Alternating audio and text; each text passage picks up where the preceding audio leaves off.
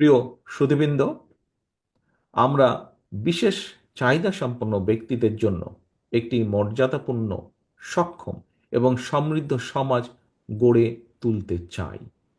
আমি ও আমার দল বিএনপি উপলব্ধি করি আমরা আপনাদের সমস্যা ও কষ্টগুলো বাস্তব এবং গভীর। আপনাদের মনে রাখতে হবে, এই বাস্তবতায় আপনারা একা নন। আমরা সবসময় আপনাদের পাশে আছি, আপনাদের পাশে ছিলাম, ইনশাল্লাহ আপনাদের পাশে আমরা থাকব। কারণ আপনাদের প্রতিবন্ধকতা আমাদের সবার প্রতিবন্ধকতা। আমি ব্যক্তিগতভাবে বিশ্বাস করি, আমরা সকলে বিশ্বাস করি, আপনাদের পেছনে রেখে আমরা কখনো এগিয়ে যেতে পারবো না, আর এগোতেও আমরা চাই না। আমরা সবাই মিলে একসাথে যে